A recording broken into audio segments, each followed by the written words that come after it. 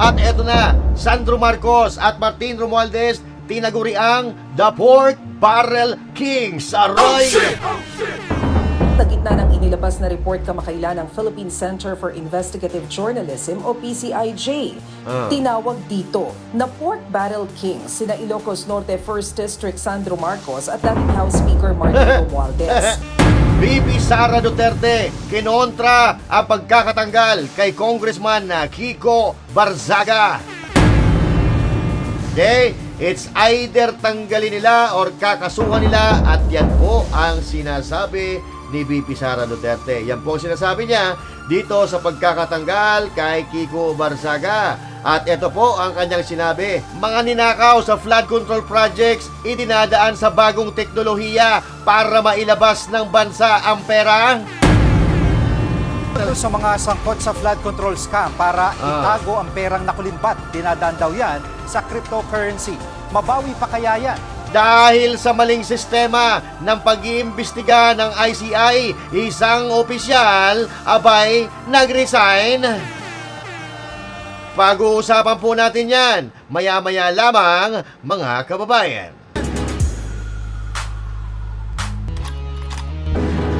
Para lagi kang updated. Ako nga pala si Bidaya ng mga oposisyon sa kasalukuyan mo. At sabi nga, galit na galit ang mga dapungan ng Pangulong Duterte. Kung hindi ka pa nakakapag-subscribe, isubscribe mo na yan! At syempre, magandang araw mga banateros at mga kababayan kong Pilipino sa iba't ibang panig ng mundo. Ako po si Master Judea. Tayo po ay nagbabalik para labanan ng mga kawatan at mga magnanakaw sa ating lipunan. Magkaisa po tayong lahat ng mga Pilipino para sa mapayapa, masagana at para sa maunlad na Pilipinas. Ayan ha! Tanggalin na natin, Tanggalin na natin ang mga kawatan sa ating lipunan na nagpapahirap sa ating buhay. Yan, pinamumugaran na po tayo ng mga buhayang magnanakaw, kaya walang nangyayaring maganda sa ating bayang sinilangan na Pilipinas. Okay? At hindi po maganda mga kababayan ang reaksyon ng mga Pilipino dito sa pagsuspende kay Congressman Kiko Barzaga. At dito po, lalo po nating napatunayan ng mga Pilipino na itong administrasyon ni Marcos Jr. ay hindi nila kayang i-handle ang kritisismo. Stress na stress po sila mga kababayan kapag may bumabatikos sa kapalpakan at sa pagnanakaw nila sa bayan. So, papaano po nila i-handle ang problema ng Pilipinas kung sa batikos pa nga lang tumitiklop na ang mga bulbolyas nila, tumitiklop na ang mga bambolyas at mga itlog nila? Halatang halata na hindi nila kaya. May kasabihan nga tayo dito sa Pilipinas na if you can't handle stress, you can't handle success. Na anong ibig sabihin? Pag hindi mo kaya na i-handle ang pinakamahirap na bagay na pagdadaanan mo sa buhay mo, abay hindi mo ma-handle ang kasaganaan. So paano mo pa pagtatagumpayan ang isang laban kung sa kritisismo pa lang umaaray ka na? At ang masama pa, dahil wala silang maisagot sa mga bumabatiko sa kanila, ginagamit nilang kapangyarihan ng bayan, kapangyarihan ng gobyerno para makaganti sa mga bumabatiko sa kanila. Okay? It's either tanggalin nila or kakasuhan nila, at yan po ang sinasabi ni VP Sara Duterte. Yan po ang sinasabi niya dito sa pagkakatanggal kay Kiko Barzaga. At ito po ang kanyang sinabi. Inilabas ito ng Office of the Vice President. Basahin po natin kung ano ang nilalaman ng sulat na yan. Di ba? Palakpakan natin! Sabi dito, statement on the suspension of Representative Barzaga, December 3, 2005. The suspension of Representative Kiko Barzaga is part of the series of efforts to silence voices that speak uncomfortable truths. This is not the first time that the critics and the government have been met with punitive action. In less than a year, we witnessed the kidnapping of a former president and the filing of inciting to sedition charges against several individuals, including myself, simply because we dared to question those in power. In a nation that takes a pride of democracy, dissent should not be treated as threat. The right to speak freely is not granted by those in power. It is fundamental right guaranteed and protected by our very Constitution. Karapatan ito ng bawat Pilipino, lalo na ng mga lingkod bayan na may tungkuling magsiwalat ng katotohanan. Kaya kung ang isang halal ng bayan tulad ni Kong Barsaga ay maaaring patahimikin, paano pa ang mga ordinaryong Pilipino? Wala namang kapangyarihan o posisyon. Democracy demands courage. Democracy demands the freedom of speak and the freedom to question. I stand with every Filipino who refuses to be intimidated. Shukran. Sara C. Duterte, Vice President of the Philippines. Okay. Sa unang statement mga kababayan, ito po ay talagang ugali na daw di umano ng Marcos administration na patahimikin ang kanilang mga kritiko pag hindi nila kayang i-handle o hindi nila kayang sagutin ang mga batikos laban po sa kanila. Okay. At ang pangalawang stance sa mga kababayan, sa bansa na demokrasya, mga kababayan, ang pagsasalita ng nilalaman ng saloobin ay hindi dapat itinuturing na pagbabanta sa seguridad. Ang pagsasalita ay dapat namamayani sa ating bansa so long as hindi po ito nalalabag ang ating konstitusyon. Tayo po ay protektado ng ating konstitusyon. Ginarantiya po sa atin yan ng ating saligang batas. Oo. At karapatan ng bawat Pilipino na magsalita at karapatan din ng mga politikong polpol na buhaya na huwag maging balat sibuyas. Okay? Real talk po yan, mga kababayan, na sinasabi ni VP Sara Duterte. Hindi naman ito ang unang pangyayari, pati si VP Sara Duterte, biktima ng kademonyuhan ng Marcos administration, Marcos Jr. administration. Walang utang na loob yung animal na yan, di ba? Isipin nyo, tinalakuran nito, tinalikuran itong animal na ito, yung tao na tumulong na manalo siya. Na kung wala si VP Sara Duterte, hindi naman mananalo ang animal na yan. 'Di ba? Wala na kung yung mga nagamit niya at yung may mga naiambag sa kanya, trinaydor niya, ikaw pa kaya na wala ka namang kwentang ordinaryong Pilipino ka? Kung yung napakinabangan niya, trinaydor niya, ikaw pa kaya na ordinaryong Pilipino? Kaya nga tayo paulit-ulit na ginagago kasi wala silang pakialam sa saloobin mo. Kahit anong sabihin mo, wala silang pakialam dyan. Ang importante, mataba ang bulsa nila at nagagawa nila kung ano ang gusto nila. Yan. At kapag hindi nila kaya, kapag hindi na nila kayang pakinggan ang mga sinasabi, gagawa sila ng paraan para patahimikin ka. For example, SMNI lang ang tumanggap sa kanya, sa animal na yan, na ayaw nga paakyatin sa entablado ng ibang mainstream media. Sa SMNI lang po siya nagkaroon ng power sa mainstream media. At sa SMNI niya na ipalabas yung plataforma niya na tunog lata. Yung mga plataforma niya na pambubudo lang pala dahil hanggang ngayon, hindi pa rin niya nagagawa. Pero anong ginawa niya? Ginipit niya ang prangkisa ng SMNI, ipinadakip si Pastor Apollo C. Kibuloy na wala namang kasalanan sa kanya. Si VP Sara na nagpanalo sa kanya, kinalaban niya. At yung tatay ni VP Sara na nagpanalo sa kanya, ipinakidnap niya. Kasi bakit? Ibinubuking ni Pangulong Duterte yung mga katarantaduhan nila. Diba? Kaya pinag-initan si Pangulong Duterte, dinala doon sa dahig, para hindi na makapagsalita dahil si Pangulong Duterte, kilos pa lang, alam na niya kung anong nangyayari.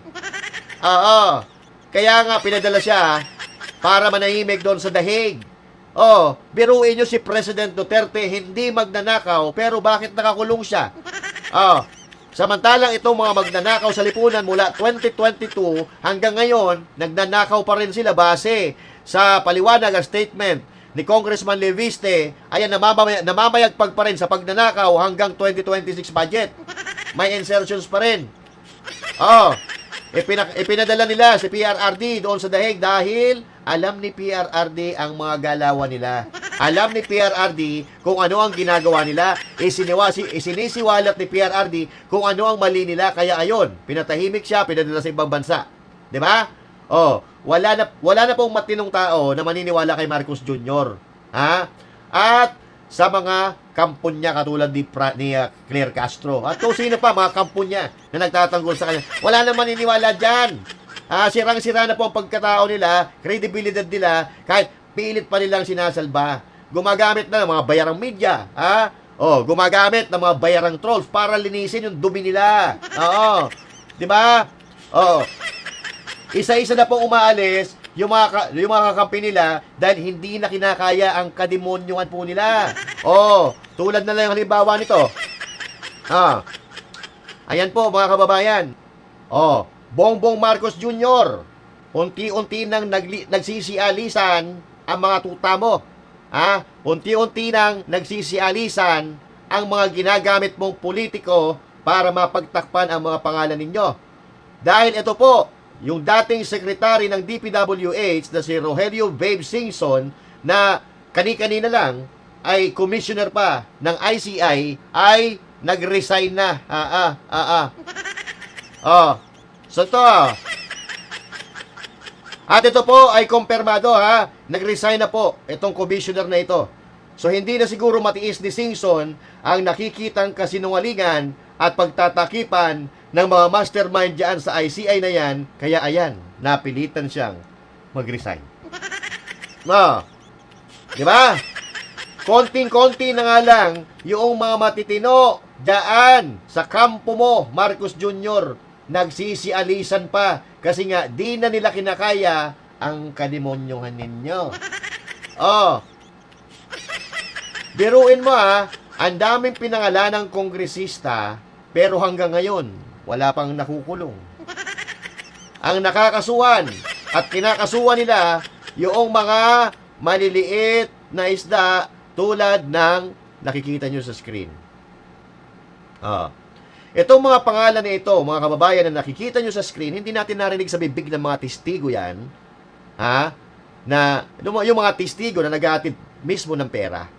Wala naman yung mga pangalang ito pero bakit sila pa ang nauunang nakakasuhan samantalang yung mga mastermind ang sasarap ng buhay habang ginagastos yung bilyong-bilyong pera na ninakaw nila.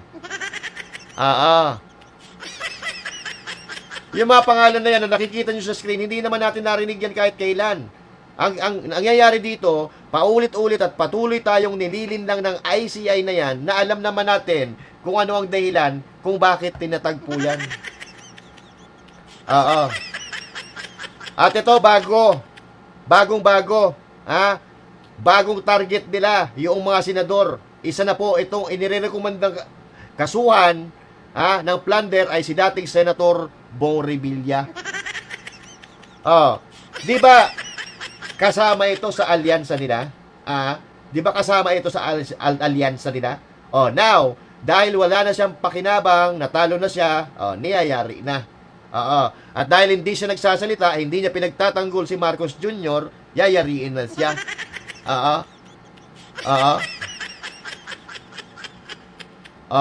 At yung ICI, mga kababayan, ay sa kabila ng pagre-rekomenda na kasuhan ng plunder si Revilla, yung ICI po ay gumagawa po ng case build-up laban naman sa mga iba pang senador para masampahan ng kaso. Kasama si Nancy Binay, si Mark Villar, Jingo Estrada, Grace Po, Chis Escudero. Ano kaya yung i-case nilang bill? Ano kaya yung case na i-build nila? So, i-build, gagawa sila ng kaso. Ganon? Case build-up. Patangin na yan. Sanay na sanay talaga no? Wala namang problema. Kasuhan ninyo lahat, yung may mga kinalaman sa pagnanakaw, kasuhan ninyo. Pero dapat, yung tunay na may kinalaman. Yung iba sa mga senador na ito, absuelto na yan doon sa kaso nila Pilit binabalik. Kasi nga, kumukontra sa gobyerno ni Marcos, sa administrasyon ni Marcos Jr. Kaya, medyo, kung dati magkakakampi sila, ngayon pinag-iinitan na. Si Jingo Estrada, gabinete pa ni Marcos yan, di ba? Di ba? Kaya napag-iinitan sila. Pero yung mga tunay na salarin, tulad ni Romualdez, sabay sarap ng buhay, pag-alagala pa, samantalang ang lahat ng daliri nakaturo na sa kanila. Di ba? Yan po ang trabaho, Yan ang trabaho ng ICI. Yung pagtakpan yung mga mastermind. Uulitin ko, ang nagtatagpo ng ICI ay walang iba, kundi si Marcos Jr. Ang nagpondo po ng ICI ay si Marcos Jr. Ang pumili ng pagtatalaga o mga commissioner o mga miyembro ng ICI, si Marcos Jr. Sa tingin ninyo, ilalaglag niyan si Marcos Jr. kung sino ang At kung sino pang ibang pinagtatakpan nila. Ang gagawin na lang ng mga commissioner or miyembro ng ICI na yan, it's either mag-resign sila or maging sunod-sunuran sa gustong mangyari ni Marcos Jr. Di ba? Ginagawa yung investigasyon na yan para sila magtakipan. Pero hindi nila maitatago. Hindi nila maitatago ang katotohanan kung sino ang tunay na kawatan, mastermind. Lalabas at lalabas ang baho na yan. Katulad nito, mga kababayan. Ang baho pala itong magpapamilyang ito. Tinawag na Pork Barrel Kings sina Ilocos Norte 1st District Sandro Marcos at dating House Speaker Martin Romualdez. Paktay ka diha. Di ba?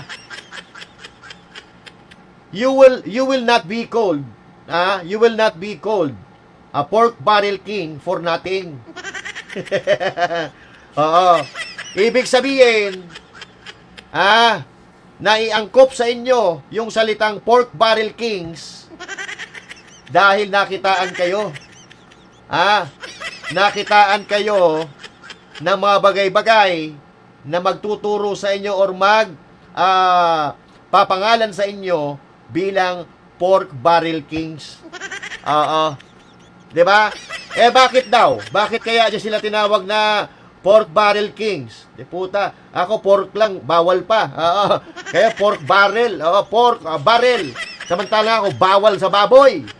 Walang hiya kayong magpapamilya kayo, mga magnanakaw talaga kayo. Bakit daw tinawag na pork barrel kings? Sa isang ulat ng Philippine Center for Investigative Journalism. Ayon sa Malacanang, bukas naman ang first family sa anumang lifestyle check. Nagbabalik si Maricel Halil. Sana all. Wala mong pinagbabawal sa lifestyle check. Oo. Open po, even before. Kahit si Pangulong Bongbong Marcos at ang kanyang buong pamilya Hirap na si Aling Krel. Si Auntie Claire. Hirap na, Putang ina. Mukhang masakit na ulo nito, no? Hindi na niya alam kung paano pagtatanggol ang amo niyang bangag. Hindi niya alam kung paano pagtatanggol si Marcos Jr. Punta pangiwi-ngiwi na rin Halos yung mga tinatanong sa kanya ayaw na niyang sagutin. Pag may nagtatanong sa kanya ngayon, ang sinasagot niya tanong din. Putang ina mo, Claire. Malapit ka na. Nako po, palubog na ang bangka nyo. handa raw sa lifestyle check. Yan ang sinabi ng Malacanang sa gitna ng inilabas na report kamakailan ng Philippine Center for Investigative Journalism o PCIJ. Tinawag dito na pork barrel kings sina Ilocos Norte 1st District Sandro Marcos at dating House Speaker Martin Romualdez. Base sa PCIJ report, pinakamalaking bahagi ng tinatayang 1.2 trillion pesos allocable funds ng DPWH ang napunta raw kay Sandro Marcos. Paktay ka diha dyan. Oo. Recorded po yan. May mga record po yan, mga kababayan. Kahit ano pang sabihin mo dyan, putang ina ka, magnanakaw ka. Iisa talaga ang dugo na nananalantay dyan sa mga ugat nyo. Biruin mo, ikaw ang may pinakamalaking insertion at allocation ng pondo ng flood control project, bukin ng ina ka. Pero hindi nyo maimbestigahan ang Ilocos Norte dahil sa anomalya. Diba? Ano sinabi ni Chavit Singson diyan sa Sandro Marcos na magnanakaw ka? Ano sinabi ni Chavit Singson? Ang daming anomalya na flood control diyan sa nasasakupan mo. Ilocos Norte. Ngayon kayo magyabang na lahat ng dokumento sa inyo nakaturo. Sa loob ng 3 taon, umabot sa Pangiti-ngiti 15.8 ka pa. billion pesos ang napunta sa distrito ng Presidential Son. Ah. Halos doble yan ang allocable funds na nakuha ng Rizal 1st District. Kung ibabase sa populasyon, halos times 4 na mas malaki ang distrito ng Rizal. Patay ka niya. Ang swapang mo talaga, Sandro. Pare-parehas kayo ng pamilya nyo. Mga swapang kayo sa pera talaga. So, tapos tatanggi kayo na hindi kayo magnanakaw. Ano tawag dito? Biruin mo, napakaliit ng distrito distrito ni Sandro Marcos. Ang pondo niya 15.8 billion. Samantalang yung Rizal na yung Rizal mas malaki pa. Mas malaki pa yung sa kanya kaysa doon sa malaking distrito sa Rizal. Ina. Mga dupang talaga. Natanong ang palasyo kung ano ang masasabi ng Pangulo tungkol dyan. Nabasa na po ng Pangulo ang tapos? nabanggit na report o pag-uulat ng PCIJ. Tapos? Alam naman po ng Pangulo na alam ni Congressman Sandro Marcos ang kanyang ginagawa at alam niya po kung paano ito sasagutin. Oo, alam nga. So, ibig sabihin, magkakasabwa talaga sila. Kasi alam niya yung ginagawa ni Sandro Marcos, pero hindi siya nagsasalita. Oo. Tanga na. Claire Castro, hirap na. Oo. Wala pang sagot tungkol sa PCIJ report si Congressman Sandro. Hindi sasagot Bukod yan. dyan, hindi rin pinalagpas ng PCIJ ang umano'y allocable funds na napunta kay dating House Speaker at Leyte 1st District Representative Martin Romualdez. Yan na po ang problema natin. Oo. Nakikita niyo yung hierarchy? Sandro Marcos, anak ng presidente. Martin Romualdez, pinsan ng presidente. Yan ang pinakamalaking allocable funds na nakuha 2025. Kita nyo na? Alangan naman magpapahuli yung tatay. Siya nga yung nasa taas eh. Yung anak niya, tiba-tiba. Yung pinsan niya, tiba-tiba. Tapos yung tatay, wala. Kalokohan yun. Huwag tayong magpakatanga. Huwag tayong magtanga-tangahan, mga kababayan. Eto na. Nadatos po mga lawas siya kay Sandro Marcos sa pinakamalaking pork-style allocation mula 2023 hanggang 2025. Umabot ito sa 14.4 billion pesos para sa kanyang distrito. Hindi rin po nagpatalo. Kay Sandro Marcos, 15 billion. Sa kanya, 14 billion. Tanga na. Ang lupit mo, Martin. Ang lupit mo, Tambi. Utsang ina kayo, ha? Gaya ng distrito ng Presidential Son, mas maliit na distrito ang hawak ni Romualdez pero mas bababa ang nakuhang pondo sa ilan pang mas mataong lugar. Putang ina, mga swapang talaga no? Yung mas mataong lugar at mga kinakailangan talaga ng flood control projects, mababa po yung nakuha nilang pondo. Si Sandro Marcos, at si Martin Romualdez, puta, tiba-tiba. Tiba-tiba yarn. Diyos yarn. Maliit ang distrito pero napakalaki ng pondo. Yarn. Ay, matakaw yarn. Buhaya yarn. Tikong pa ang bibig ni Romualdez dito. Noong Agosto, ipinag-utos ni Pangulong Marcos ang lifestyle check sa lahat ng opisyal ng gobyerno. Pero Utot hanggang nyo. ngayon wala pang update kung natapos na ito.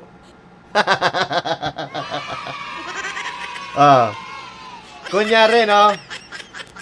Sige, mag-utos tayo ng lifestyle check. Kailan pa yun? Puta, nung 1 taon pa tayo. Nag-utos siya ng lifestyle check. May nangyari na bang lifestyle check? Wala. Hanggang ngayon, nga pa rin. Kunyari, may gagawin tayo. Iipunin natin ng tubig baha para mapakinabangan sa panahon ng tagtuyot. May inipon bang tubig? Paano mo nga naman iipunin yan? Di ba? Magsasagawa tayo ng lifestyle check sa mga politiko na nagtatrabaho sa gobyerno. Nangyari na ba? Hindi pa. Yaan talaga yung mga pinuno ng mga buhaya. May daddy buhaya, may tito buhaya, may kuya buhaya. Diba? Putay, hindi ko akalain. Alam na natin mga kababayan na si Marcos at si Martin Romualdez, alam natin na magkasabwat yan. Pero hindi ko po inaasahan. Hindi ko po inaasahan na itong si Sandro Marcos sa edad niyang yan ay ubod na pala ng kaswapangan, ubod na pala ng pagkakawatan. Mga kapatid, records and numbers don't lie. Kung hindi mo pa nakukuha ang mga sinasabi natin, apakabobo mo ng tao. Yung magtsuhin ang may pinakamalaking insertion, pinakamalaking pondo, samantalang maliliit lang naman ang mga probinsya at mga distrito na hinahawakan nila. Ilocos Norte, ang daming anomalya sa distrito. Si Martin Romualdez, ang mga kalsada hanggang ngayon sira-sira pa rin. Saan napunta yung bilyong-bilyong halaga na nakuha nila sa pondo ng ating bansa? Kayo na ang magsabi.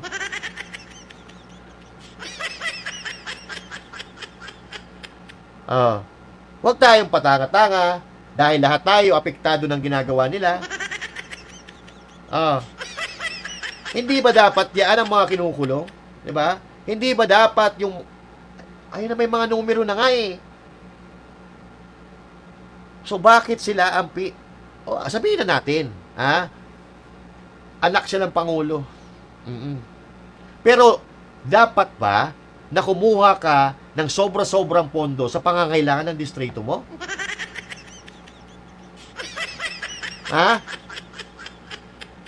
Ang tawag dyan, nakaw pamor. Paano nila ipapaliwanag yan, ng mga pondo na yan? Kung yung mga proyekto sa mga distrito nila, may mga anomalya. Di ba? May ghost project. Sige nga, mag-isip kayo. Sa sobrang laki ng allowance na yan, dapat walang flood control project, walang substandard, at walang hindi natatapos na proyekto sa mga lugar nila. Punta kayo sa lugar nila. Sa Tacloban, sa Leyte, at pumunta kayo sa Ilocos Norte. Di ba ang daming reklamo doon? Pero bakit ayaw nilang imbestigahan?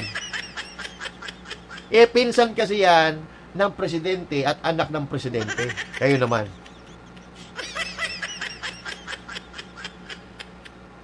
Kahit anong paliwanag nito, mga kababayan, kahit anong paliwanag nito, hindi na dapat tinatanggap eh. Silang dalawa ang pinakamalaki nakuha sa kabila ng napakaliit na distrito nila. Yun palang may problema na eh. 'Di ba? Parang yung timba, puno na, nilagyan mo pa. Di ba? Walang kabusugan, walang kasawa-sawa. Gahaman talaga.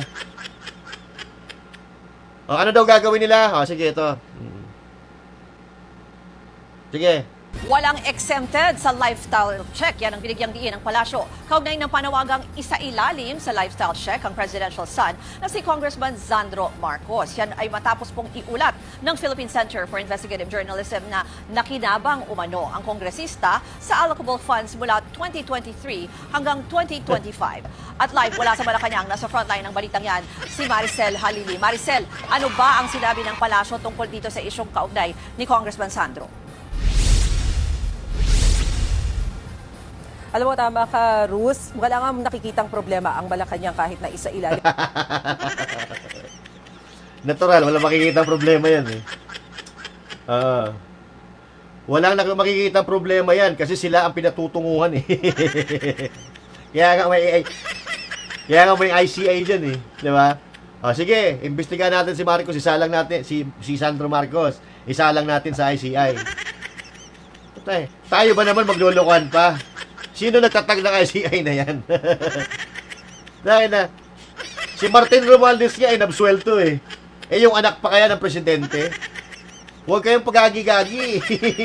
Pa sa isang lifestyle check si presidential son, Congressman Sandro Marcos, dahil mismo si Palace Press Officer Undersecretary Claire Castro ang nagsabi na wala namang exempted pagdating sa test na ito, lalo pat nauugnay ang pangalan ni Congressman Sandro na isa raw sa pinakang nakinabang doon sa allocable funds. Ang sabi niya, nabasa na raw mismo ni Pangulong Bongbong Marcos ang report ng PCIJ, pero hindi na raw kasi pwedeng magkomento pa si Yuse Castro tungkol doon sa sitwasyon ni Congressman Sandro. Bagamat malinaw naman daw ang naging pahayag nito na voluntaryo siya na handa siyang humarap sa Independent Committee for Infrastructure o Commission for Infrastructure nang sa gayon ay maimbestigahan siya. Ang inaantabayanan na lang daw ay ang mismong petsa o schedule kung kailan siya pwedeng humarap sa nasabing komite.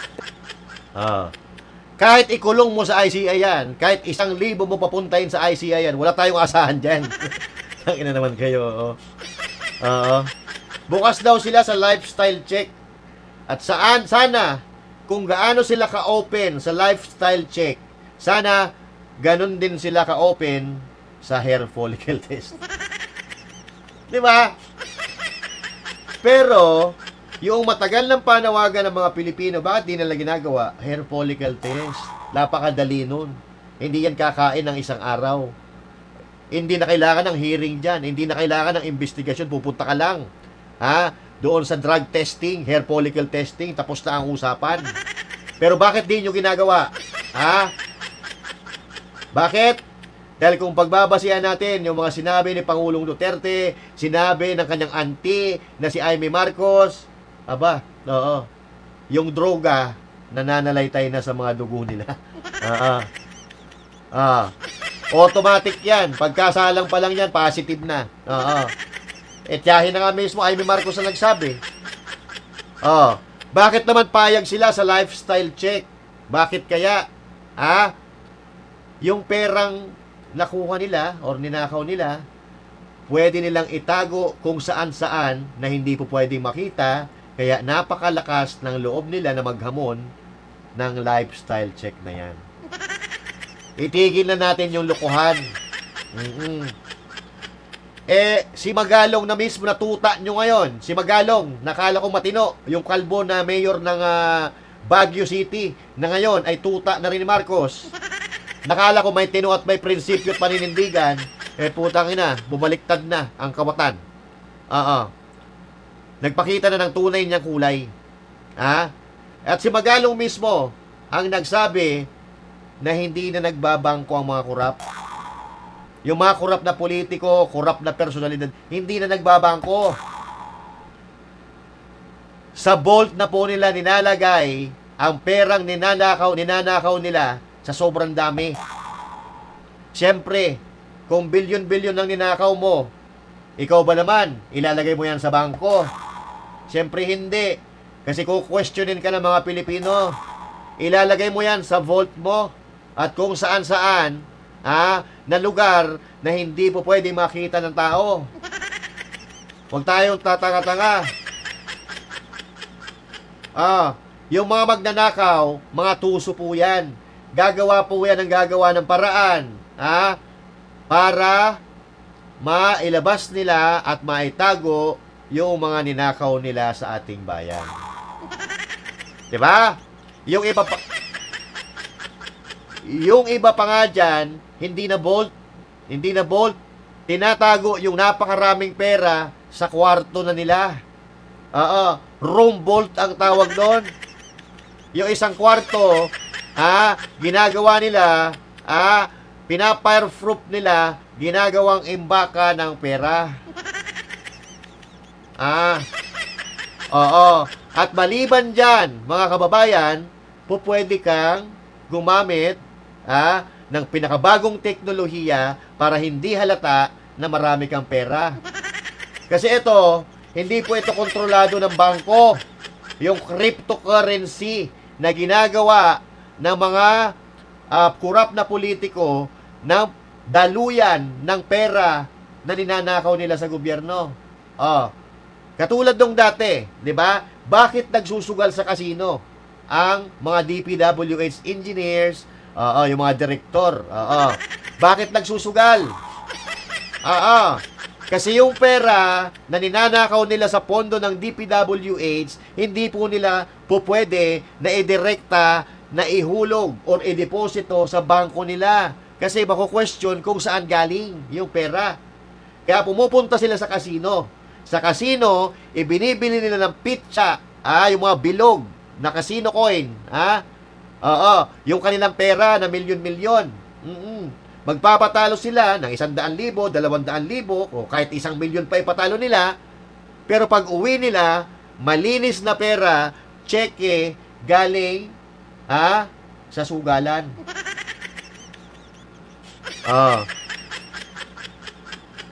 Cheque na halimbawa, galing doon sa isang sikat na pasugalan. Nakalagay doon, from ganito. Issued to ganito. Malinaw. Sasabihin ko lang, ito, pinanalunan ko yan sa kasino eh. Yung pala, doon lang pinadaan yung pera para hindi halata. Sasabihin na panalunan nila sa kasino. Diba? Pero ito, may bago. May bago, cryptocurrency. Ito. Panoorin natin May modus sa mga sangkot sa flood control scam para itago ang perang nakulimbat. Dinadaan daw yan sa cryptocurrency. Mabawi pa kaya yan? Live mula sa TV5 Media Center, nangungun sa balita si News 5 anchor Edling Gaubok. Sa lahat, ano ba ang sistema ng ganitong klase ng money laundering? Well, Jiggy, unang-una, pasensya ka na. Medyo magulo rito dahil dito sa TV5 Newsroom may konting Christmas party. December na nga naman. Pero alam mo kasi, kung itong si Santa Claus ay gagamit ng anumang pera, kung sakali, malamang sa hindi gagamitin niya po, ay inatawag nilang cryptocurrency. Cryptocurrency dahil unang-una wala tong border sa you can cross borders with the cryptocurrency.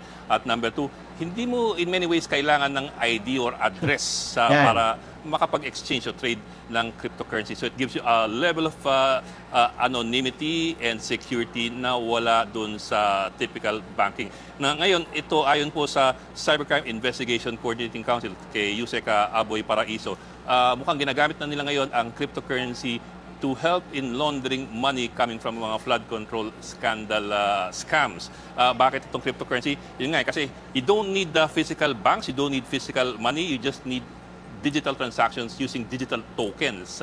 Kumbaga, wala ka talagang hinahawakan at hindi mo kailangan ng, for example, IDs or addresses na hinihingi sa mga bangko-bangko. So that way na nasa sidestep nila yung paper trail in many ways. Also, ang sabi ni Paraiso kasi marami mga bansa kagaya ng Pilipinas wala pang pirming regulasyon for cryptocurrency trading and exchanges. So with that absence, mahirap habulin itong mga to.